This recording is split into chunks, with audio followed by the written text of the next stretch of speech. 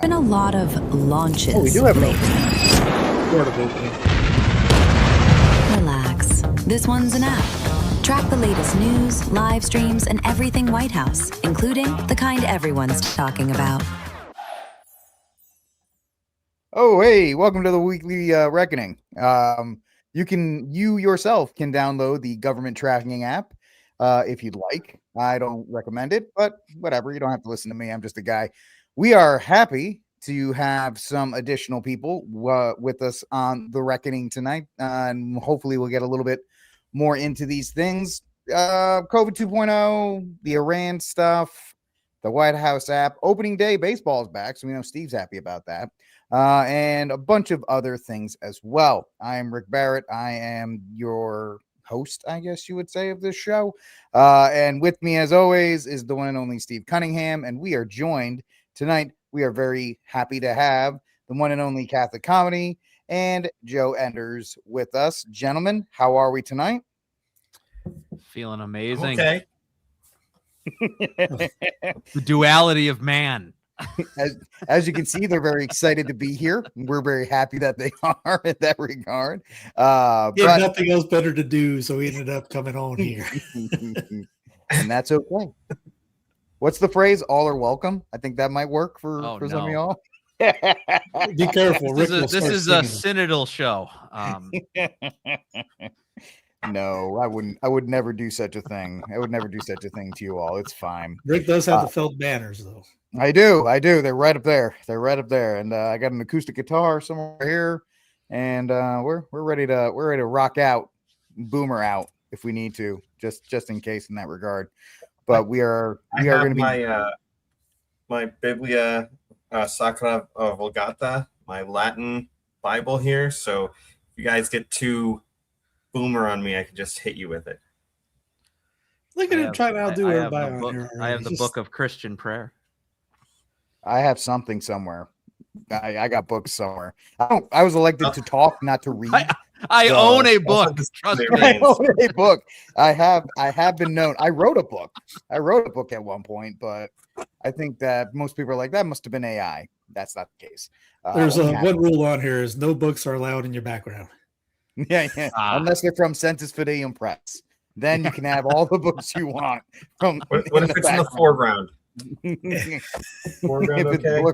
If it's blurry, it can be somewhat sweet talked about. So getting into the week in review, and I know we missed last week. That was my fault. This show's kind of patchy. We're gonna miss next week too because it's Good Friday. But hey, it is what it is.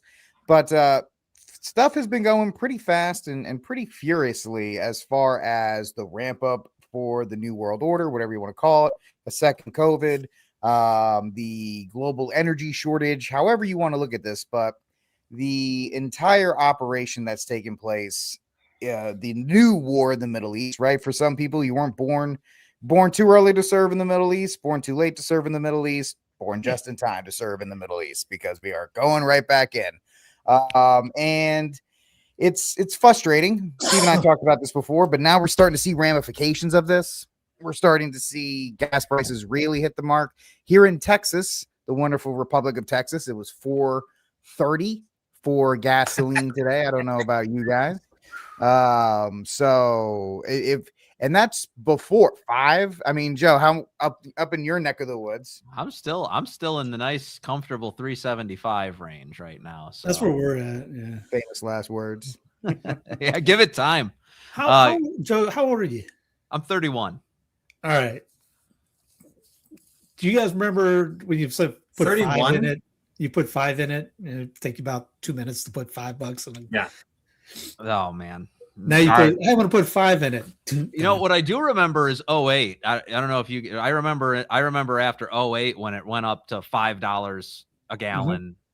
Where I was at. So I was in Illinois back then. So the gas price is obviously higher, but yeah, I remember $5-6 a gallon gas. Actually it's never gone back up yet. So this is the most expensive gas has ever been for me. And I am not happy with it. I drive a trad wagon.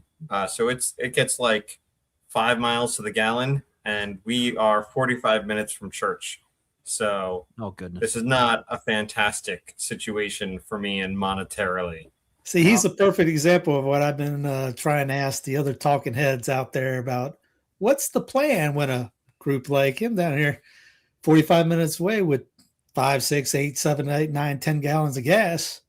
What's the plan? Or maybe you can't go. Maybe Flock doesn't let your car go. Maybe they kill your car because of the new gas that's coming out. Man, that doesn't help the performance.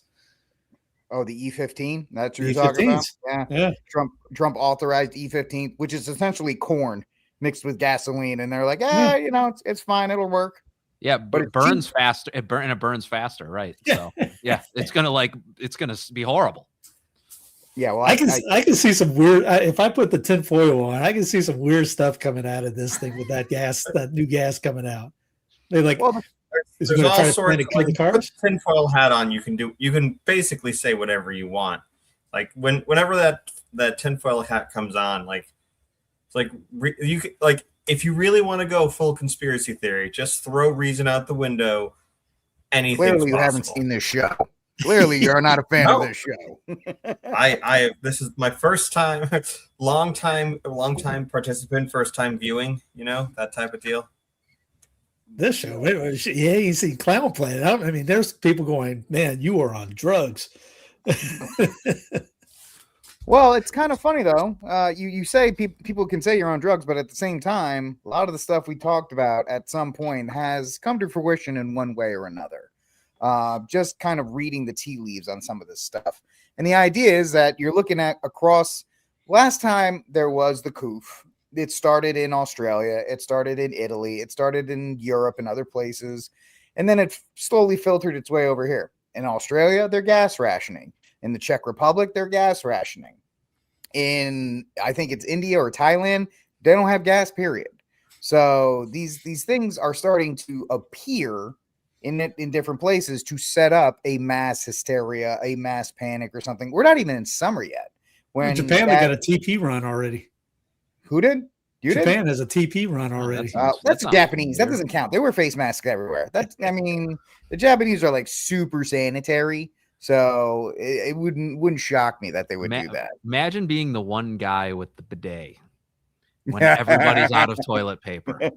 Oh, that would you would have to just barricade your door. Get the big jacket. Hey man, I got some double ply right here. Double ply over here. Either that or you start paying. I'm like, all right, you got $15, you can use it. That's fine. Go ahead. Become the richest man in America. Yeah. Well, pull some Dave Chappelle. Hey man, you got any more of that double ply? It's very interesting to look at how the same stuff, the same narratives are being used again, just being repackaged under the guise of energy. And the crazy thing about it is that the entire boomer lexicon and even the alt-right media, I watch Timcast at night just because I don't have anything better to do with my life. The 180 flip that guy has done in 3 weeks from being anti-war to being, you know what, we need to take out Iran to keep the petrodollar intact has been nothing short of neck-breaking.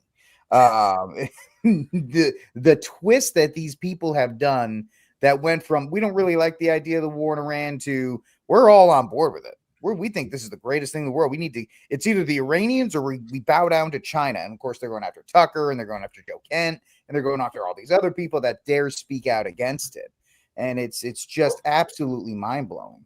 My question would be, what can you do? Like this whole thing clearly, okay, let's say for instance that it was a horrible mistake. I'm just going to say that you can't just back out. You can't just say, okay, war is over, because the other side's like really now okay with the war and whatever they have to do to get things done. So like, what do you do? Like you're the president of the United States. You made a bad call. Your choices are to grovel or double down. And I think that is a prudential judgment at that point, but there's no you have the United States would have to go in, bombed everyone, and then we surrender now because the other side's not. And if you don't want to be part of it, you have to do something. restitution of some kind. Well, I think it's as the comment says, it's a sunk cost foul. It's a sunken cost at this point. We're already in for a penny, in for a pound. Is essentially what you're saying. I mean, we can't leave or any of these other kinds of things. Right. Like I'm not disagreeing with you in that regard. You know, it was dumb enough to go in, and now we're at the point where, okay, well, we went in. What do we do? Me personally, I would pull up the stake tents and be like, Israel, you're on your own. You want to keep bombing every other field? This is not my fight. I'm out. You know what I mean? 100%. Because every time Trump says we're going to stop the war, or we put peace terms out, the Israelis go and bomb something. They're doing whatever they want. So it doesn't matter if we're going to get dog walked there or not. And I'm not talking about the people of Israel or the Jews or any of these other things. I'm talking about the government of Israel led by Benjamin Netanyahu, this is like his magnum opus. This is what he wants. This is what they wanted for years. Steve, were you the one that sent me the AI Iran movie where they're 2 weeks closer now than they've ever been?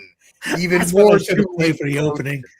Yeah. My apologies. Yes, the Iran movie. You guys seen that one? I think I have. Yeah, I think I saw that trailer. Yeah, they had like Liam. It was Liam Neeson playing Donald Trump. Yeah, I did see that. That was very funny. Do you guys remember back in like 2006 or something like that, or maybe it was 2004-ish? Anyway, there was the cold open for Saturday Night Live and with Christopher Walken, and it was, but it was back in the Bush years, and he was talking. It's like the French. There's a guy who's playing the French, and then it's supposed to be like hardball, and they're talking to someone from the Bush administration, and the guy's like, look, we're just going alphabetical. Iraq, Iran, we're hoping to hit Zimbabwe by 2012, right? It's like that. The idea of going to war with Iran has been in the culture since at least that time. You know, it's been in the culture since the 70s when they took those people hostage. I mean, this has been this has been an ongoing project. And when you know, I would not only cut off Israel, I would not only cut off aid to Israel, I would sever our alliance with Israel entirely over this behavior and probably try to build it up maybe a little bit more with the Gulf states, who've been much more cooperative with us than Israel has throughout this entire conflict. I mean, we can go back to Marco Rubio, Pete Hegseth, and Donald Trump. They've all admitted that we are in this war to defend Israel. And Marco Rubio even said that they were going to attack Iran, Israel was, with or without United States opinion, knowing that U.S. bases were under threat by the Iranian government if Israel were to launch an attack. So on a diplomatic level, Iran's hedge, that what they hedged their bet on was us getting Israel under control, but all Israel did was show that they control us. That's the main problem here. So when I look at this entire war, all the wars that we've had over the past 40 years, as an attempt to destabilize the neighbors of Israel, to create refugee crises, to funnel all the people in the Middle East into the West, and emptying that territory for Israel to build the empire that they believe that they deserve, that Theodore Herzl believed they deserve, that goes from the Euphrates all the way to the Mediterranean Sea. Actually, it goes all the way to the Nile, if you count the Sinai Peninsula, which they also want. It's uncanny what we've seen throughout, what we've seen on who we've gone to war with. You know, we're helping them go to war with Lebanon. We went to war with Iraq. We got rid of Mubarak in Egypt. The only countries that we haven't destabilized, Syria as well. The only countries that we haven't stabilized within the borders of Theodore Herzl's proposed Jewish empire was Jordan. And they're next. I can only imagine, right? If Iran goes, then I mean, Jordan's just a sitting. I don't know where we go from here. All I know is that I don't believe my eyes are deceiving me here. I think they're getting exactly what they want, and we're getting nothing that we want. Yeah, the Greater Israel Project. And you go back to the 50s when we destabilized we took out the monarch and put in the Shah, and that's when you get BP because of BP. That's why you got the Strait problems. It wasn't because they closed down the Strait. It was because the Lords of London didn't want to insure anybody anymore. Now they said that strait's closed. I mean, who knows if it's if you pay some money, you pay a toll. It's like that was that movie in Robin Hood Men in Tights. You don't pay no tolls and you don't get any rolls.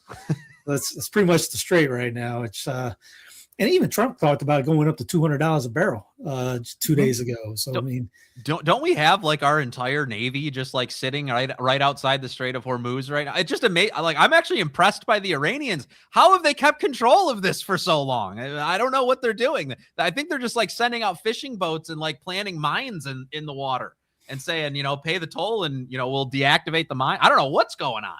I don't know how they still have control we have aircraft, nuclear powered aircraft carriers sitting there. What do we do? What's going on here? Well, the Gerald Ford's they have a plumbing issue. Yep, they left. They left already. The people there were throwing in T-shirts to get out of the Middle East on that one. So that got flooded. The drones. Isn't the link in there? Or is he sending it there? Is he sending the link in there? I heard or something about that. There are some aircraft. The biggest one, the Ford, is gone, but they still have a bunch of others that are there. You're right. They still do. The idea is, we've already dealt with force. We've already gone in, but there's just that little bit of hesitation that once they go full bore, because it's the Kag Island or the Kang Island, whatever that island is. Karg. Thank you. The Karg Island. Once they said, as Lindsey Graham, the senator from South Carolina, one and only Steve Cunningham, South Carolina, which I have to point out every single time, who is ready to turn that into Iwo Jima 2.0 because he's never met a war that this is his dream. This is the culmination of his life at this point. Once you see that, Joe, you'll see the escalation in force. Right now, it's just strafing, it's bombing, it's doing all this other kind of stuff. They've gone half in. They're not ready to go full bore because I don't think people, and that's why you're seeing the media push from even the alt-right and now CNN. They're all trying to say, hey, we destabilize Iran. That's going to be it. China's going to be on its heels and we'll have the petrodollar and we'll be safe for another 40 years and we won't go into debt because the BRICS nations will be gone and blah, blah, blah. So they're really ramping up this positive. Now that we're in the war, let's just take it out, take it to the goal line and take it home on this because they're trying to, because right now there was a lot of support for a guy like Joe Kent who came out and said, yeah, this was not a great idea. And you saw the response they went after Joe Kent for, whatever his motivations, the guy was at least brave enough to stand up and say this wasn't right. And there was a huge backlash to that. And that tells them no matter what Trump says, like I am MAGA, when he made that Truth Social post, right? When he channeled his inner Moses, I am what they am, right? I am MAGA. When he says when he parted the Diet Coke C. That's right. He parted his hairpiece. When he parted his hairpiece, and then he went after it. But because MAGA, you see the CNN things. Oh, MAGA is 100% behind Trump or 94.5. It's like Kim Jong-un at this point, right? When Kim Jong-un won the election with 99.3% of the vote, and he was mad that the 0.7 wouldn't vote for him. This is exactly what MAGA is. MAGA's 97.2% behind Trump. And this is all because now CNN numbers are good. For the longest time, CNN numbers were not believable, but now that they support everlasting war, we can all believe them. You got Crowder, you got everybody on the right being like, look at these numbers from CNN. They all support MAGA. It's like, you think we're getting played here? Probably. Yeah, did you see the one poll where they said 100% of MAGA supports the war with Iran? I was like, what is this? Like, is this North Korea? Like, that's not ever the case. That is never the case. Even Kim Jong-un only got like 97% of the vote. We're 2 days away from that. 100%, you say? We're 2 days away from that scene where Kim Jong-un went into that volleyball game and everybody was clapping like vigorously for him. We're about 2 days away from seeing like Jack Posobiec and all those guys running onto the White House and dancing in joy for Trump for every holding up their rosary. God would want us to destroy for Israel. It's That's like, okay. Right. Yeah. You probably just ain't seen it. They probably just ain't videoed it. They probably have already done that. Yeah, probably. They I mean, the probably have. Mar-a-Lago parties and all this the last couple of days. He's flying the shot of him flying out to go down to Mar-a-Lago. I saw that thinking, and I don't, obviously if you know the whole story about that, let them eat cake. She didn't really mean that exact, like cake and anything. But it reminded me of that. Is Trump flying out with all the problems at the airports, gas going up? Because I'm supposed to do an interview with a friend of mine on Monday, talk about the Sharp's pilgrimage is coming up in a few weeks, and I told her, so now remember, I need you to give me some kind of overcome this objection that everyone's going to go for. How do I get there when everything's going up so high and the airports are so terrible? How and why should I even go to this thing if you're in the States? So yeah, and he's flying around just like Absolute Zero PDF that we talked about. Going to close down all the airports. Going to make air flying sucky. But the elite will be flying. Oh yeah, it never fails, does it? Never fails. No, that's why we're where we're at. I mean, my dad. I mean, it is true that BRICS is an existential threat to the petrodollar, which is our economy. That goes away. Like there is some truth to that, but that's not why. The problem is that is not why we went to war with Iran. Maybe it'll be why we stay there. I think it's why we kidnapped Maduro. I think that was definitely because of that. But that might have been a psyop too. I mean, he's out there like, hey, taking photos. I think he was like, wait a minute. It was so good. He was like, he just took him out. He's like this. I got now tickets to the Tampa Bay games. I love America. I'm very happy here. He turned into Sammy Sosa. It's all been very good to me. So, yeah. If I'm ever a dictator, I want to go out like that. If I have to go out, I want to go out like that. I want to get kidnapped in the middle of the night, flown somewhere, and just be like, and I want them to make TikToks of me. That would be that's the way I want to do this. You got the phone call already coming in. Can I have a sandwich on the way back? And Yep. The Venezuelan soldiers turned into Andy's toys from Toy Story. We're gonna be there in 10 minutes. When you see the helicopters, everybody just drop. They're here, plop. And so that way it looks like we did a successful thing. We run in and we run out. And that kind of goes into the Iran thing too. I mean, they were all fine with Rona for 1.0. They were all about the jab. They're all about CBDC. They're all about digital ID. They're all about everything that goes on with the reset and everything that was going down with Rona 1.0. So it's kind of like, all right, what is going on here? Is this legit? I know people are dying.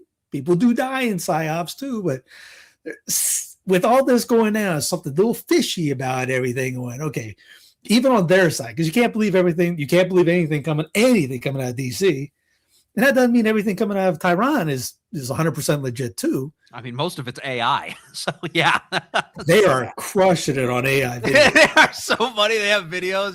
There's the Ayatollah is like riding on a missile falling onto Tel Aviv. It's like they can do anything. They call Catholic Humor up and say, "Hey, make some video. Give us a script on all this." Yeah, and it is something to behold with the entire backing of it, and yeah, people and soldiers do lose their lives. That is the cost that happens for these types of. I thought there was like a lightning bolt. I thought he was getting bombed in the background. I was like, what happened? I thought they were taking him out there. But I'm in Tehran. I should have said that ahead of time. They're about to come and get him. They're about to come and capture him. Do you see that? First, they take out your power, and then they're kind of coming. And we're going to see Catholic comedy on TikToks in about. ICE was invading his house. That must be that must be some great noise canceling because I can't even hear the air raid sirens. So, yeah, it's really good. Well, you can't have ICE raids because they're all at the airport, Steve. They've been dispatched to the airports because apparently there was a bill that was passed like last night or this morning to fund TSA. So now the worst agency on the planet, which we all have to feel bad for, the Transportation Security Agency. I know I'm not saying anybody in this group. But we're told like, oh, they're sleeping in cars and they're taking up food pantries. If you work for TSA, you got to save money because shutdowns happen. But I've said that before, and people think I'm cruel. But now we have to feel bad for them, and now we got to deal with airport security again. And now ICE has been there, and it's just a complete and total regulation or just normalization of more federal overreach. And Steve and I, back in the day, we talked about how we essentially said Trump will be allowed to be back into office. So that way, all the things you're seeing right now would be allowed by the MAGA, because the Democrats are in favor of all this stuff, even though they're saying like ICE is terrible. They all love this stuff in the end. They love federal overreach. They love the nanny state. They just don't like who's in charge of it. It was the MAGAs and the independents and all the others you had to get control over. That's why you got Trump in office. Now, there's videos of like little old ladies going up to the ICE agents in the airport being like, God bless you, son. We're so happy you're here. And then walking and, like, how can my son join ICE? And all these other kinds of things. It's propaganda at its finest in that regard.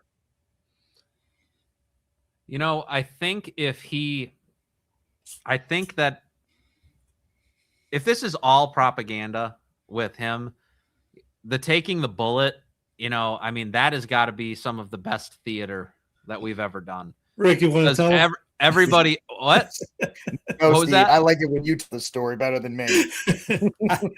I thought me and Rick were on that day ago. It's over. That was a fake. That was a staged event, and this election is over. They're going to put Kamala in just to take the L as a body. Because I'm still why do they want to run her again? That's my question. They ain't. They're not. No. They better not. That'd be the dumbest thing they could do. She is like the most hateable human being in like 95% of the United States. They're not. That's just get the CNN and MSNBC. Some meat to throw out. It's actually to calm down the progressives who are so psychotic that you can't run a white man. So they're floating her out there to be like, oh no, she might still run, or maybe AOC will run, but then they'll just put Gavin Newsom in there. So it's got to be a white guy this time. Yeah. They can't. It has to be a white male liberal of some kind. I don't know. They should run John Fetterman. That would be funny. That would be hilarious, actually. At least you know what the logo would be. Just be a hoodie.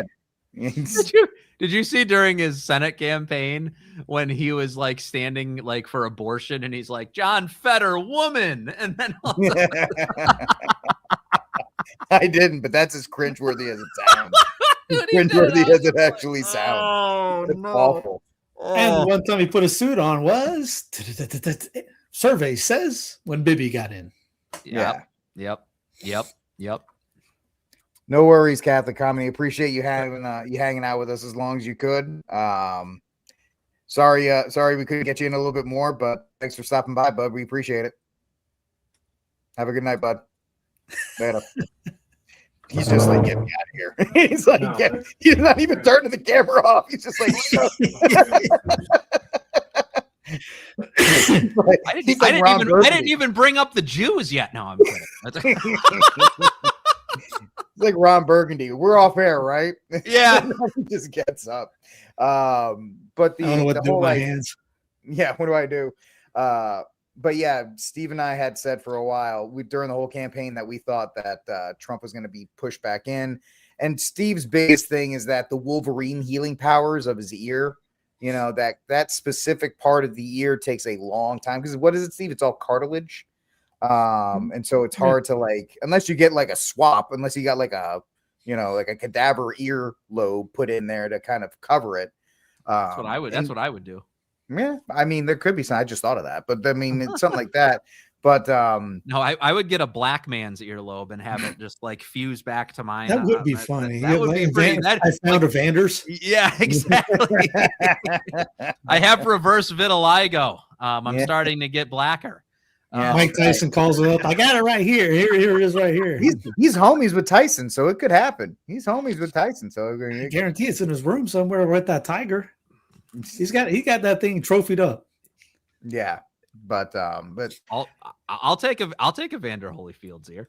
That's good enough for me. Maybe it'll make me a better boxer for all I know. Like some how you get like organ memory for the people that get organ transplants. Yeah, I could use some of that from a Vander Holyfield. I can tell you for a fact, as somebody who got a cadaver ACL, it did not make me. I probably got like an 85-year-old lady's cadaver because it made me slower.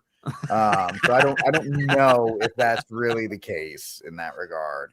But speaking of organ transfers, This was pretty much an organ transfer right here that happened Oh today. yes, this is the most upsetting thing. Not President Trump's app. That's just stupid. But what European nation was this? Sweden? This was Spain. España, Catholic Spain, right? This is right after they passed that migrant bill too. So just open the floodgates to Islamic immigration. Yeah. By the way, so they actually mentioned it was about organ harvesting. Oh yeah, no doubt. That's anybody that actually has looked into organ transplants and actually know that you can't take dead people's organs because they're no good. So you actually have to kill somebody in order to get the parts. And that's not me being hyperbolic, folks. That's an actual fact. But this 25-year-old girl, I believe, she was assaulted by a group of migrants. And then they were like, yeah, you're going to have to die. And they're like, excuse me? What about the migrants? No, they don't know any better. So they're released. But you got to die because you have psychiatric problems or something like that. I don't know, whatever. And yesterday, I believe, they killed this young girl. It was yesterday. Yeah. That's just sick. Didn't she jump out of a 5-story building to kill herself and it failed? And then they started pushing for the assisted suicide. You got me on that one. I'm pretty sure that's what happened. So they cited the fact that she tried to do it beforehand as justification for doing it. Yeah, well, that's the thing. It's like, this woman needs help. She tried to commit suicide. What do we do? Kill her! Like, what is this? I mean, and I'm not even trying to be funny. That's insane. That is, that's like bizarro world absurdism. I don't even know. When I saw this, it was my wife that told me about this story. When she told me what happened, I was like, literally, there was, 10 steps to get to this point, and every single one was handled in possibly the most wrong way it could have been handled. Completely. It couldn't have been worse. Yeah, and that's just the culture of death that we live in. Really personified at this point. Is this the culmination? Is it any more peak than this? Like, how could it be worse? I suppose you could blow up a girls' school, with a Tomahawk missile, but and then say it's not them. But he's like, not me. No, but the idea of normalizing it, Joe, is the idea like, oh yeah, she's 25, and we're gonna have to put her down, like a puppy. Yeah. When your puppy is not doing well or your cat's not doing well, it's the humane way to do things. And when you have a culture that doesn't respect life, when you have a culture that doesn't value life, this is how it ends. This is how people accept it. And they go, okay, yeah, sure. That's completely fine. And it's completely tragic. And it's not going to be the last, I mean, in Canada, they're already fighting this kind of stuff. The joke in Canada is, I went in for a twisted ankle and they wanted to kill me. I mean, that's, it's the joke because that's really the only method of medical treatment here. So yeah, Joe was right. She did try to kill herself and got paralyzed. Yeah. Okay. I thought so. She jumped out of a 5-story building and lived. And then they decided to kill her. That's just absolutely. It's just what I mean. That's what I mean. It's like beyond the pale. That is the most culture of death thing you could possibly do. Like this whole story, it's sick. I guess it could have been a child, but I mean, she was raped in there. So I mean, there's that. So there's no winning. It's just the worst of the worst situation. That woman just had a awful life, just an awful life. Catholic Spain for you. Oh man, yeah, formerly Catholic Spain. I think 98% baptized, but probably 98% not practicing. Nah, 98%. That's a pretty low number. No number of you can't call yourself a practicing Catholic country and allow something like that. It's just like you're out. You're out of the club. Well, I mean, what Western country outside of like Poland is really practicing what it preaches in that regard? I mean, even here in the good old US of A, our Republican pro-life president has fast-tracked IVF. So it's like, I don't know how any of us can really So, we're all kind of in the same situation. We're just at varying speeds. We're in various places of this. It feels like the same. If they could get away with that here. Remember when Sarah Palin was mocked ridiculously for talking about death panels all the way back in 2000? Was it Sarah Palin back in 2008? You're taking me back with that. Yeah, I just thought about it. Like, remember, she was like, "They're going to be death panels that are convened to decide," and everybody went, "What are you talking about?" Fast forward 16 years, like, by the way, case 1152, yeah, you have to die, and then it's like, so you're mocked before it's true, and that's really the saddest part. Gays just want to get married. It's like this is, and it's a lot of different things. Women just want the right to vote. Women just want security in their bedroom. They want to use birth. They just want to use birth control. You don't have to use it. It's up to you. They're all just dissimulations of objective values that are upheld by Catholicism.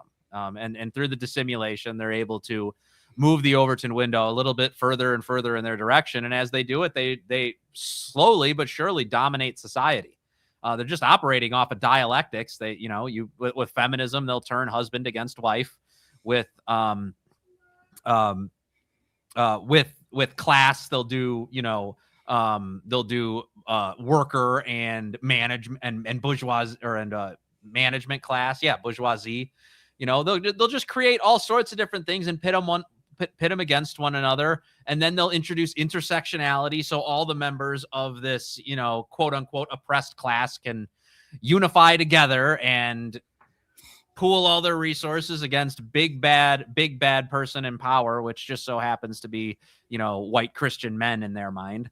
It's like, I feel pretty powerless. I don't know about you. I just lost my job for preaching Catholic teaching. So it's just how they operate. It's deconstructionism, and it's not Marxist. This isn't just communism. It's neoliberals taking advantage of cultural Marxism. It's conservatives taking advantage of cultural Marxism. They're all just trying to tear down the system and rebuild it in their own image. They're basically all operating satanically. You've seen the ball statues. Yeah, right. So, I mean, we're the charging ball in Wall Street. Well, that too. And that was the Iran videos of them burning ball, and then the AI videos of the sending the missile to the statue of Ball in New York City. Yeah. Yep. But I mean, at this point, between the two different parts of America, if you really want to say it that way, the red and the blue, there is a definite plan in one part, in your New Yorks and your Californias and your places like that, as opposed, I'm not even gonna say Texas, because Texas is absolutely toasted for one reason or another because of H-1Bs, but like a place like a Florida or another place that is a little more open-minded, a little bit more hopefully religious, focused on they got some kind of stuff going down in Florida too. Yeah, I know. The crazy thing is, Steve, I don't have a state to point to.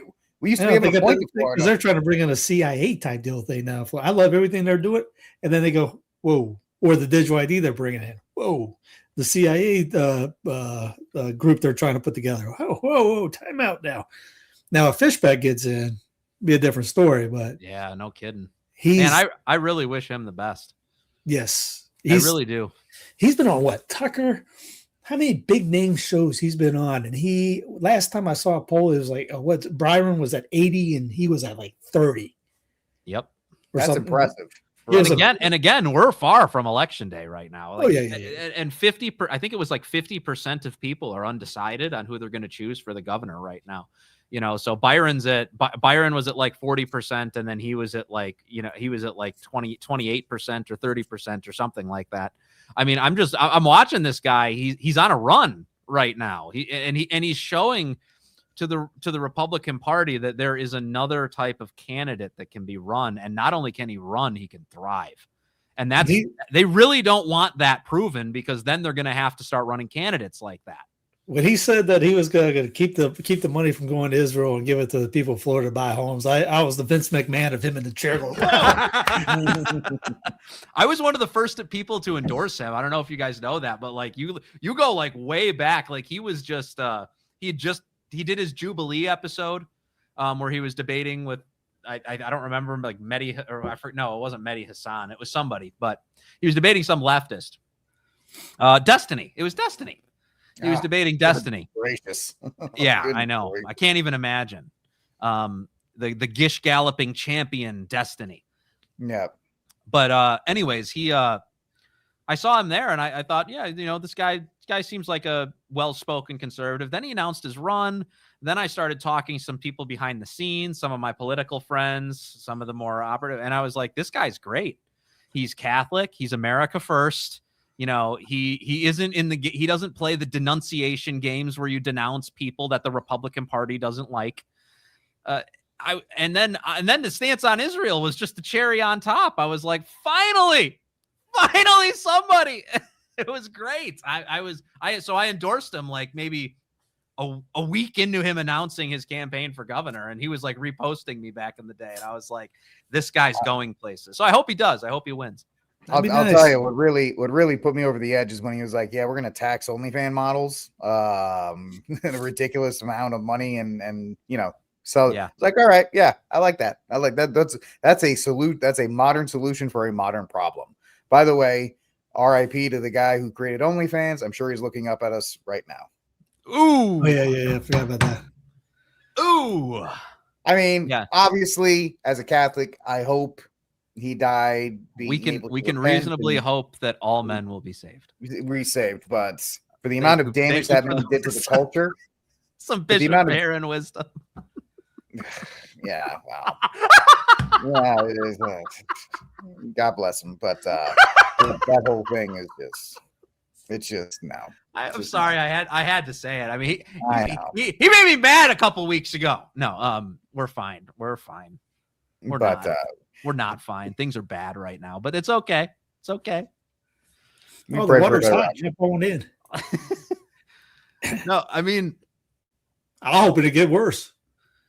The worse the worse it gets, the faster people wake up. At this point, like I know that appeasement is not going to last. So it's going to have to get bad. It's going to have to get bad. We're going to have to start remembering what suffering is. We're going to have to start seeing our ribs again. I'm sorry, seeing our toes again is what I mean. Before we start actually realizing that things are bad, that things need to change, and that we all need to get off of our butts and do something. But, it's hard to tell that to a boomer who, gave his child's inheritance away to buy a second home on the coast in Florida. No, trust me, I've been pushing that message for quite some time, and it's hard to even the Catholic talking heads, they don't like that at all. I mean, it hurts. It hurts the pocketbook. That's what it is, and I get it. And it's like, but it's okay. I'm a Zoomer. I've never had any money, so I don't care. I don't care if I lose money for this, so it's great. No, I think we're all on the same team on that one. None of us really is making it rain anywhere soon. No, it's true. It's true. I'm mostly just joking. It's just it is like, I don't know. I know why people my age are jaded. I know why people my age are either going to become great Catholics or like literal goose-stepping Nazis that want to gas people they disagree with. I know that that's coming. Like I can very clearly see it. I'm in the group chats, so it's like we've talked about Gen Z on this program. We've talked about the struggles that Gen Z faces on this program multiple times because of many different factors and the fact that it's, how un-Catholic it is and the loss of multi-generational families. And we've talked about all of those things and the struggles that usury and the fact that the usury that is behind a lot of the actions. And I mean, it doesn't matter who's in office at this point. The Uniparty doesn't care whether it's Trump or if it's a Democrat. It's all going to be the same for that mindset.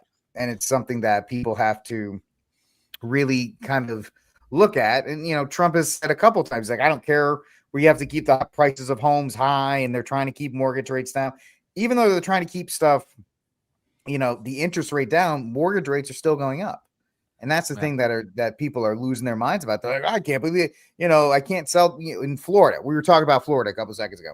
The amount of homes that were trying to be sold in Florida that had to go, they switched to renting because they couldn't sell them because they were so overpriced from COVID, right? During the COVID craze, everybody moved down there. The houses were quite, 3 times what they're worth, and now they're underwater, and they expect a Zoomer or a millennial, a younger millennial, or anybody to be able to pay $900,000 for a 2,000 square foot house.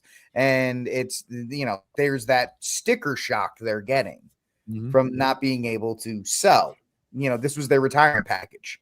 They were going to sail off they were going to sell it and then live on a cruise ship for the rest of their life. Like some people do. And it's just the economic realities are being masked by Trump and Trump's charisma and the boomer generation that believes that Trump can't do anything wrong. That honestly, I feel like that's the only thing that's really keeping the works together, because the left thinks everything is terrible, because the left always thinks everything is terrible. But the right, the right kind of globbing onto Trump, and Trump saying everything's fine, we're making money, everything's good, blah, blah, blah, blah, blah. The Dow's at 50,000. Huh? The Dow's at 50,000. Oh, I know. Yeah, we don't have to talk about anything else.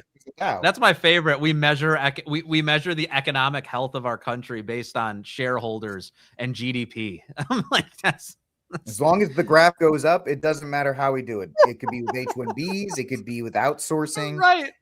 Everything is. And guess what? I guess you might have caught the gist of the program. Yeah, right. Everything's terrible. Everything hurts, and I think I'm dying. But here's the thing, man. We're Catholics. This is right up our alley. It's if we weren't, there's a lot of blackpilling you could do. I mean, the attack on food, the attack on energy, the attack on you name it right now. Attack on the church, the attack on, like we said about driving 45 minutes to mass. Yeah, that might be a hard thing to pull off in the not so distant future, or being able to afford to feed your kids of 8 if you're not maybe trying to grow something like maybe, I don't know, potatoes, sweet potatoes, things like that can survival food type deal. Got to start thinking about stuff like that. But I'm one of those that hopefully it gets worse and maybe people start breaking up. I mean, declaring independence is a thing, is American thing.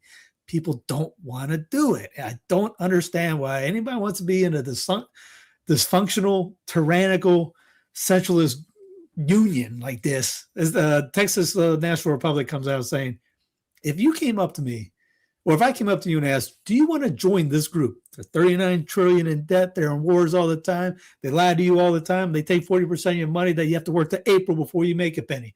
Would you join that group? No one says yes, but we don't want to leave that group. I say it'll be sunshine and lollipops, but man, you get an automatic pay raise. You leave right now. Yeah, but people are so just used to it because the propaganda. I'll say propaganda again, but instead of these United States, which actually says in the U.S. Constitution, everybody says the United States. We talk about a nation, even though we're not a nation, we're a union of states. But believe me, as a guy who loves watching NASCAR races, one of the best part of the NASCAR races is the flyover after they do the anthem. Like when we had Coda down here, they did a couple of Apaches. They did a flyover. It was the coolest thing in the world. I get it, but at the same time, reinforces the whole idea that we are a nation and all these other kinds of things. And the fact that the founders put together and specifically said they didn't want a standing army, and now we have the largest standing army in the world, kind of tells you how far off the ball we went as far as how this thing should be. So yeah, whenever as I am a proud member of the Texas Nationalist Movement, I've talked to the guy who runs it a couple times. I forget his name right now, but he's a really good dude. He's been doing it for a long time. He's been championing for a long time. And who knows, maybe sometime, we'll get to it. Florida has their own, movement that they've been doing. New Hampshire has its own movement that they've been doing for a while. California keeps talking big like they're going to do it. I wish they would just pull the trigger on it. Well, that's because Gruesome wants the keys. Yeah. Honestly, I might not mind the federal system so much if California seceded, but we can all kick them out. That's actually a thing. Yeah, Yeah. Honestly, I think that would be easier than getting any all the states to secede. I mean, let's start small and then think bigger, right? So no, I mean, there's only two options for America at this point. Autocracy, which is empire, essentially, or We're there. yeah. Well, I mean, I think he means like the solidification. I'm talking about being good at it, Steve. I'm talking about not sucking at it. I know you're Catholic now because you're looking for miracles. Right. Well, I'm just saying, like, those are our options right now. And obviously, if we go the empire route, that means that we're going to fizzle out in a couple hundred years. That's a guarantee for any country that becomes an empire. But they'll be very prosperous in that time. There'll be cultural movements and beautiful architecture and all sorts of fun stuff like that. But ultimately, I mean, if you want staying power, if you want something that's going to be, 1,500 years old, something like that, it's got to be, you have to be in the polity. And Aristotle talks about this. You don't want to have a state with more than, I think he said, 100,000 people. Yeah, and then we got cities with 3 million. Right. It's that, and that's what I'm talking. It's like you do the polity, you do the monarchy, or you do the oligarchy. Stop mincing, stop playing games. You pick one, and if you don't like that one, you do regime change and you pick another one. But don't Who's try to regime change us, Joe? Who's going to regime change us? We regime change everybody else. These radical centrists think they can fix this system. The system has been bogus literally since the end of the Civil War. And now we're just living in the aftermath. So, well, the idea is there's a lot of money to be made for the people at the top. And those are the people that are entrusted and have the biggest incentive to keep it. So that's the people you got to dissuade. And that's why the Confederate States of America made a better rendition of the U.S. Constitution, because they saw the errors of it and we're going to make this better.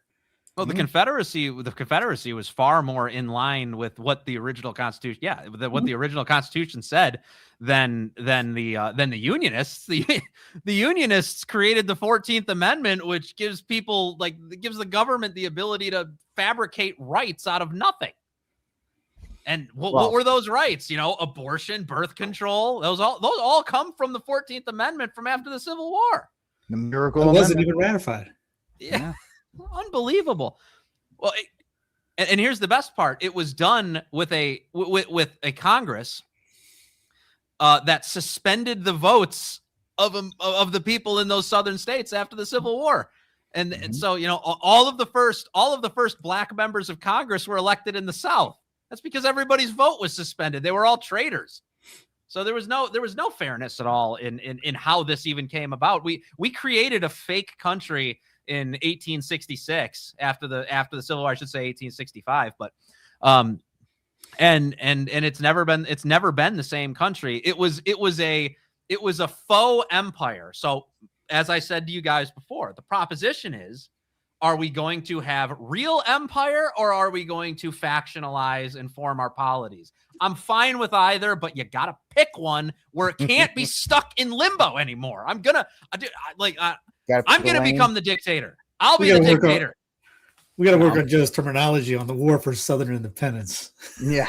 He's a Northerner still. He gets it. But he's got the right lane. He's got the right lane on that. So, he's saying all the right things. 13th, 14th, 15th were amendments that did not follow the constitutional process of a 2/3 vote in the House and the Senate and the states. So we should repeal the 13th, right? I mean, I'm just kidding. I'm not going to get you in trouble. Do not answer that question. It's a joke.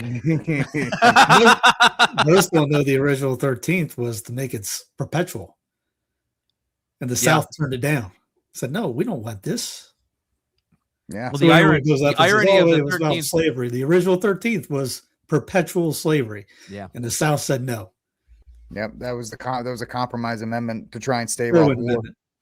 Yeah. So we all knew that the Confederacy would have gotten rid of slavery very soon. Great Anybody wants to read it, the South was right, and pretty much yes.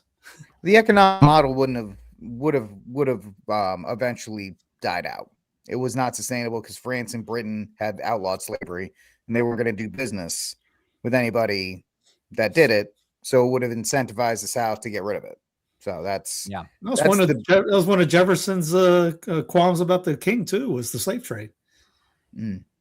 Yeah. So because which built New York City, which built Boston, which built all those northern cities, by the way. Brown University named after one of the guys that was involved in the slave trade in Rhode Island. You know, they got rid of the plantations and Rhode Island Providence plantations because it evoked slavery. Didn't touch Brown University for some reason. They got rid of that plantation part, but when it came to renaming Brown, everybody was like, you know what?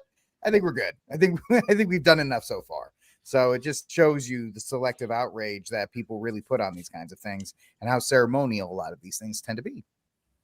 So, you know, it's that regard. But yeah, I think we covered that pretty much from ship to stern, from bow to stern on that. I don't know. But I have to get this in. I know I might be I'm not going to get anybody in trouble, but I desperately need to get this in. So because I've just enjoyed this to such a degree, and I think as soon as I put it on the screen, you guys are going to know exactly what I'm talking about. This has been an epic day as far as the internet doing internet things. So in case you missed this, Jack Posebic goes on, I think it was Turning Point USA, and states that the Lord of the Rings is a pagan story and it is not Christian. You know, and Jack was on one of these diarrhea babbles that he tends to go on for a couple minutes, and the entire internet he got into it with Nerdrotic of all people, and Nerdrotic was like, dude, what are you talking about? Even I'm not Catholic, and I know Lord of the Rings is a Catholic theology, or it's got Catholic themes in it, and Jack has gotten ratioed to the end of the earth. Yeah, so Jack Posebic thinks that you know, Lord of the Rings is an overtly pagan story. You know, even though the Fellowship leaves on December 25th and Frodo destroys the ring on the March 25th, you know, because Tolkien he just did that by accident. You know, Tolkien, who wrote an entire language and created an entire world, just kind of put those things. Here's my thing. I don't think that he's even smart enough to think about the things that you're even thinking about. I think he was just saying it because he's like, oh, you know, there's all these there's these characters and a lot, they're like gods and there's stuff. I think that's probably as deep as this goes. I don't know where fundamentally pagan comes from. And you know, it would be one thing if he was an evangelical and said Catholicism was pagan, and therefore that would at least make a little bit of sense on why he would say so. He's Catholic. Like, dude, how do you not know these obvious truths? Well, the real idea with that is because culturally, there's another. Stephen Colbert has been announced that he is going to be writing another Lord of the Rings movie, which is the first like 7 chapters of the Lord of the Rings books, the time between when Gandalf leaves and comes back and all this other stuff. So Jack's whole thing is like, oh, if a libtard like Stephen Colbert likes it, then obviously it can't be a Catholic. It's just Tea Party politics thing. Yeah, that's exactly what he did. And the internet taught him a lesson today that is absolutely glorious, because Jack Posebic blocked me because I talked about his Ghostbuster Afterlife review. I told him that his review was not very good, and that sensitive little dude blocked me. He blocked me too. I don't even know what he blocked me for, but I went there and I found out I was blocked. I was like, all right. The entire Poso family blocked Census Fidelio. So, well, there you go. There you go. It's just very generous with that block. That's insane. I mean, all right, if you make an argument, I guess, make it smart, make it coherent, I guess. But if it's only because a lefty, it's Tea Party politics, that is the dumbest thing. Yeah, but he's got his rosary. He takes more selfies than a teenage girl sometimes. Yeah.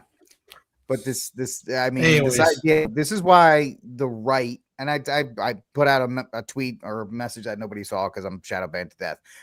This is why the right will never, you know, one of our things, the right doesn't have any, you know, cultural impact or anything, because you got dummies like this leading the charge. You got dummies like this leading the charge and going after it. And so it's just it's why ridiculous. It's got to be nonpartisan Catholic. It was like what Bishop Strickland was talking about earlier today. It's like, what is this partisan crap? Like, what we just believe what we believe, and we're going to stand up to anybody that threatens it. It's religion and it's a payday. Yeah.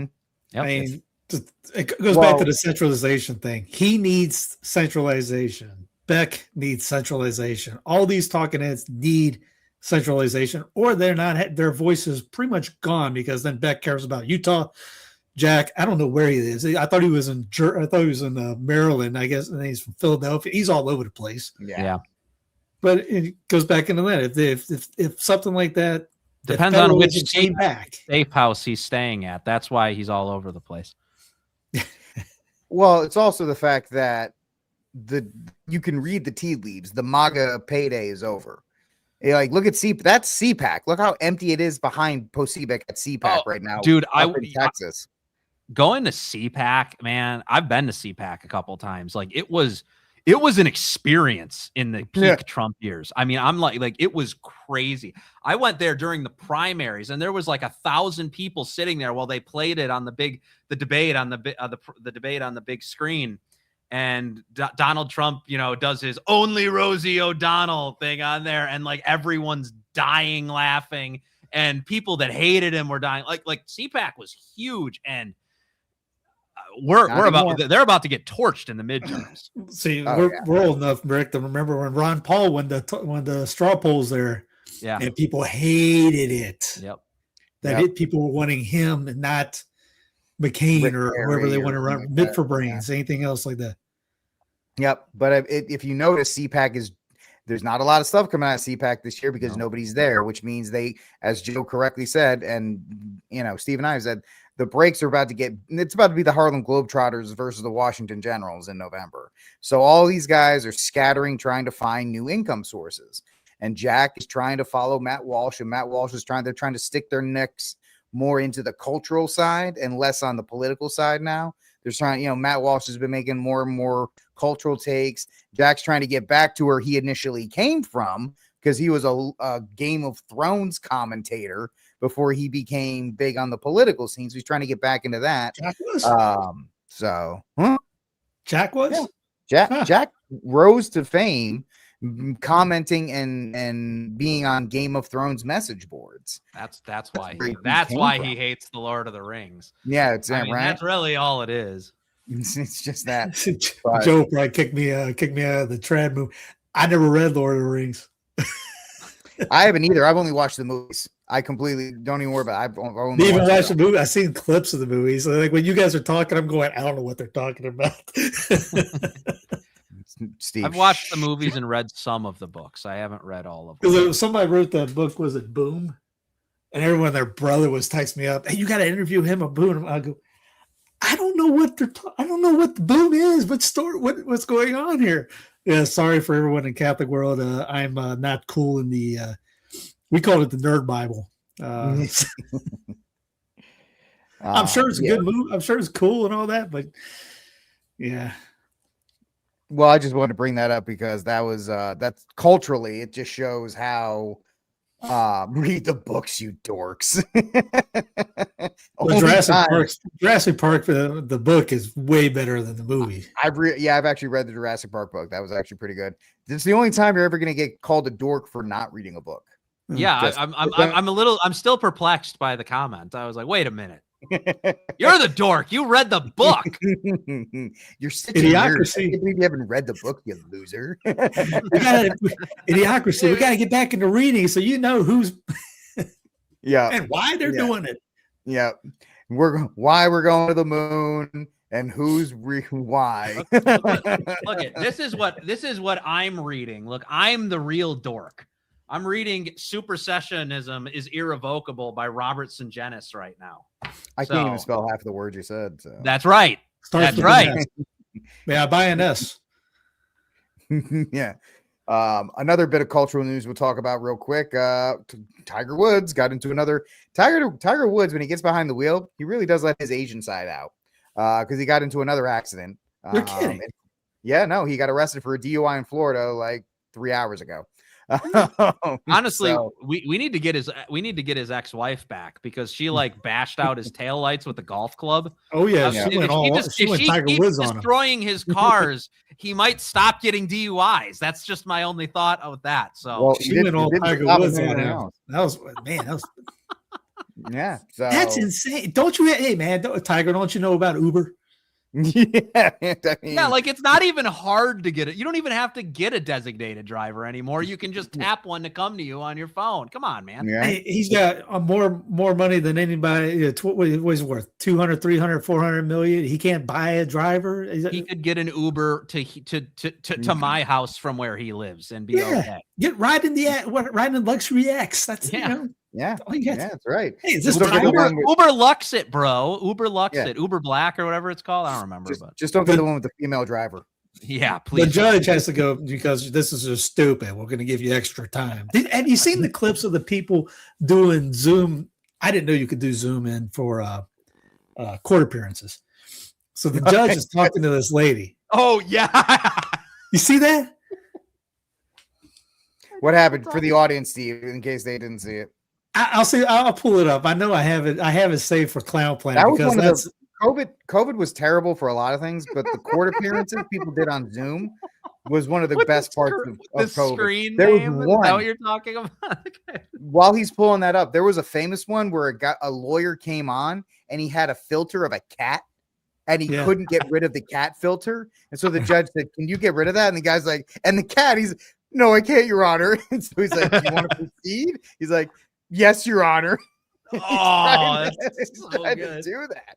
And so there's also the ones where lawyers would show up and they wouldn't wear pants and the camera was covering them. But so what's going on here is she's driving and she's not supposed to be, and he's asked her who's driving, why are you driving? I'm not driving. I'm a passenger in the car. What side of the car you're driving in? I'm on the right side. He's like, that looks like it's on the left. Can you give me a photo of the driver? she chat GPT the entire conversation. Did she say no? Did she say no? I can't show you the driver. What did she do then? I'll see. Let me see if I can get the volume on there. Hold on. There's a little section on the StreamYard where it'll let you turn on the video volume. Yeah. I have to reshare in a different way. Let's see. Am I missing something? Yeah, I can hear it. Driving, I'm a passenger in a car. You're still not, I'm not hearing cases with people driving or as passengers in cars. Okay, I will pull over right Short of us coming out to everybody's house and I will pull over, she says. I don't know. I'm sorry, I have an emergency. I'm going out of town for a family member, but I will have my driver pull over. Hang on 1 second. I'm sorry. I didn't know that I wasn't allowed to be in a car, but hang on 1 second. I saw her put her hand on the wheel. Does it not look like you're She's driving not very that slick, car? is she? I'm not driving the Not car. very I'm a slick. passenger in the car, sir. Her hand is What clearly side of on the car are you wheel. on? I'm on the left-hand side. How would you be on the left-hand side if you're a passenger in the front seat? Am I missing something? Right-hand side. I'm sorry. I've been sitting in a room. I didn't know. Watch her get out of the car. Yeah, the seatbelt's coming out. She gonna put it in park. Of the Yeah. driver's side. The judge is like, he's just having fun now. You're lying to me, right? No, I'm not, sir. Watch it. She shows her getting out. Let me see the driver. Oh, Let me see the driver. Hang She on didn't 1 think that through, second. did she? I Now, have to ask their permission. now. I have to ask permission. no.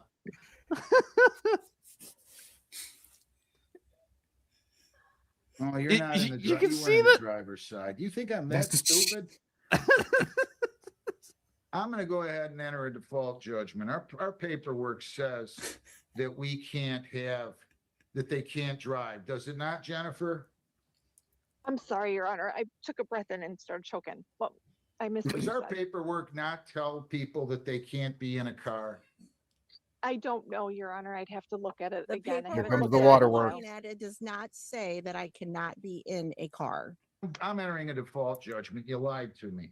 Judgment 1921-85. Send me your counsel. and put in their defense. This is just utterly amazing. Oh, that's so good. That's so funny. I mean, there's all sorts of good ones where people left their like video, their like gamer screen name up, and it's just something obscene. There's so many funny things with that. Or they leave the tabs up. They leave all the tabs up in their background, and it's like, maybe that fourth one to the right, you might want to close that one before you actually get on the Zoom call.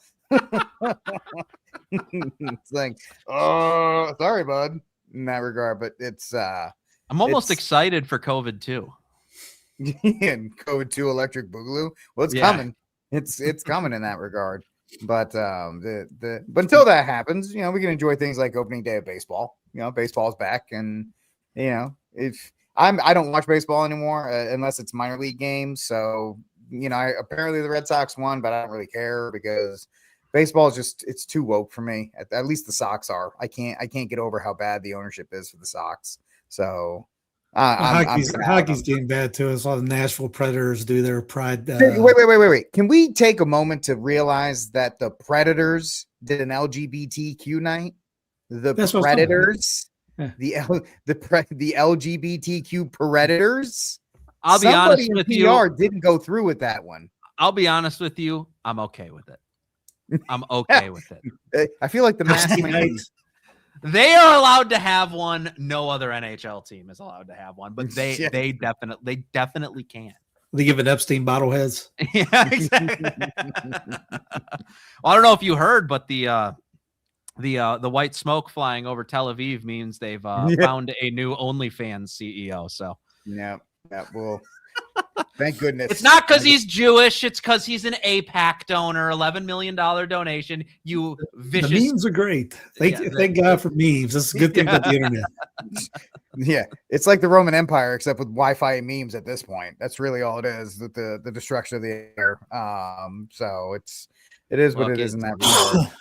Yeah, you've heard the word. You've heard the words. It's hard out there for a pimp, but have you heard the words? It's hard out there for an anti-Semite, because that's been the story of my life lately. Because all it depends on what you classify as an anti-Semite. I mean, clearly anybody who disagrees with Mark Levin is an anti-Semite. Didn't you know that? So Catholics, anti-Semites. You know, Orthodox Christians, anti-Semites. Mainline Protestants, anti-Semites. Everybody's an anti-Semite now. We'll be joining that soon. I mean, the EO from the first couple months on the anti-Semitism speech laws, and then you got CBDC when that comes in, Flock when out. I mean, everything that's coming down. DeSantis was big on that too. Well, yeah, just wait till you're not able to buy any bread because you said. Think about this. I have to vote between a baby killer and somebody who wants me arrested for reciting Catholic teaching on Israel. So that's because I'm in Michigan, right? And John James, the leading candidate for governor on the Republican side, signed the anti-Semitism bill.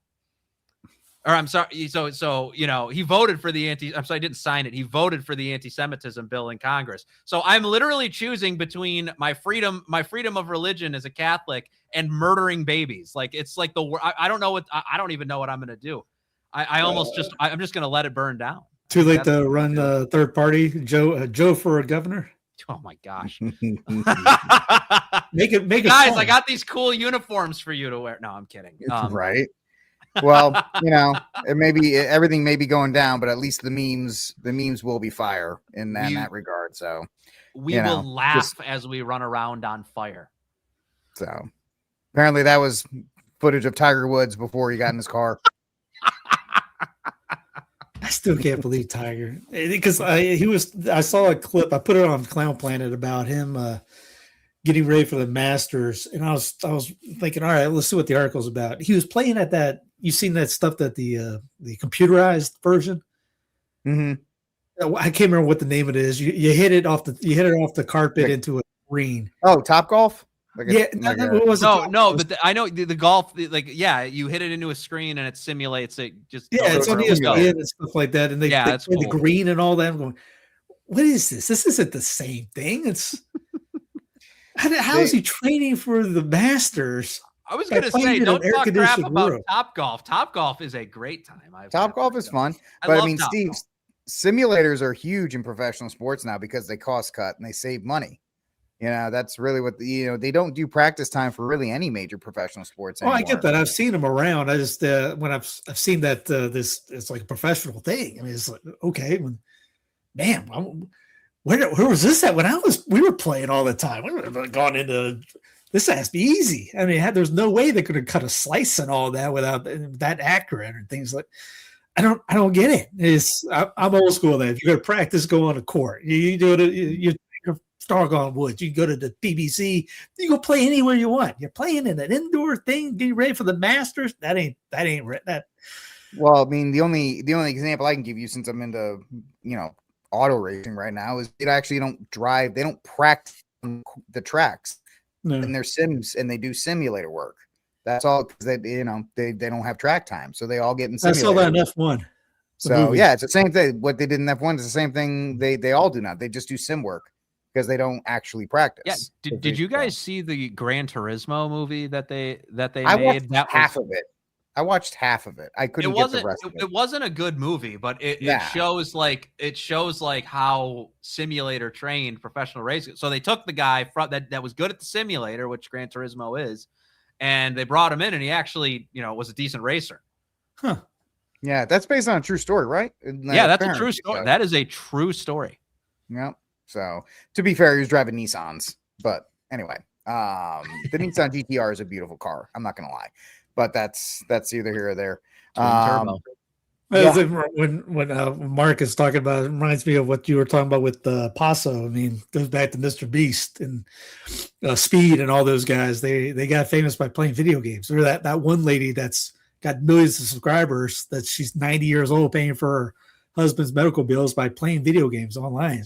Man, we got the wrong thing. I'm terrible. Well, it's even worse than that though. Like I remember the days at 31 years old. I remember the days where you'd sit down with your friends. Some of them would be online, some of them would be over, and you'd have Taco Bell and you'd be playing video games. Now, people, the younger people watch other people play video games alone. Yeah. No friends. And they just watch other people playing a video game. I don't have that attention span. I can't do that. I need motion. I need to control something it's just like it's that I could never understand, this is one total disconnect I have with the Zoomers is like, I gotta be gaming. Like if I'm gaming, I'm gaming. That's it. Well, I mean, that's all professional, like esports. The fact that there's like actual esports stuff now, it's just nuts. Yeah. And people actually do that. So it's crazy how far we've detached from. And the thing with like sports, back in the day, your hometown, Steve and I talked about this a little while ago when we were talking about like your sport was the center of your hometown, right? And that's how you socialized. You either played or you were in the band or you went to the games or whatever the case may be. It was something for the town to socialize. You remove that. Now people are more antisocial than ever. There's no community. There's no tight-knit community. There's no bond there. So you don't want to think locally. You don't want to protect your community because you're not involved in your community. It's actually a really good way to separate people out. None of us have a community, and that's why here's three of us right now. If we were normal human beings, we wouldn't say we need to figure out a way to get all of our video streams set up so we're all on video at the same time talking to one another, so from thousands and thousands of miles away. I'd be like, that dude's from Texas. I don't know who that is. I'm just gonna go hang out with my friends in town. Yeah, this is where I live. That's gone. And people like us are like the last. I think that streaming, like with your friends, like actual conversating, podcasting is actually the last social space that there's going to be, because, and it's going to bring people together as Americans, maybe a little bit more, as broad as that is. Who's the guy that authored Bye Bye Miss American Empire? That's a book I don't read. He's a leftist up in New York, in upstate New York. Leftist in the sense of he's on our side, but not for a lot of other things. What is his name? Anyway, he runs Front Porch Politics, and that's his argument too about the front porch is gone. Yeah. But the front porch used to be The was your garage community. the garage is front. Yeah, the garage is front and center now. Yeah, I know what you're talking about. I'm familiar with I haven't read the book, but I'm familiar with what you're talking about. I know Everybody goes in the back now where you're Yep. isolated and by yourself, but when you're in the front, you get to say hi to anybody walking by. Yeah. So my house has my house front door is the furthest most thing. We have steps up to our door. It's like a welcome, come in. But we're in the Detroit area, so a lot of the stuff there is still old. So I know my neighbors. I talk to my neighbors. It's actually quite nice. Oh yeah. Yeah, we rent in a old people's community, so everyone knows us. Okay, there you go. I mean, they literally know. There was our neighbor. It's not uncommon to see an ambulance in our area because they're all 80, 90-year-old people here. And our neighbor literally dropped last week, and the fire truck parked right in front of the house. And no one cared. They didn't know our man Jack was down. Everyone was calling, "Is the kids okay?" So, we were about 58 grandparents here, it seems like. No, it's not bad. I mean, and probably your kids were like, "Hey, make the fire truck, do the horn." Oh, they were Jack. They were looking out the window. Look at the fire truck. Meanwhile, everybody's freaking out, thinking the kids, something happened to them. And poor Jack's laying in the back down there going, "Just let me die." It happens. Comes for us all in that regard. All right. I think it's time to wrap up. And Joe, this is something we do here. We have our Saint of the Week in our cry room for this. I'll give you an example. My Saint of the Week will be from the movie Hail Mary, which I have not seen.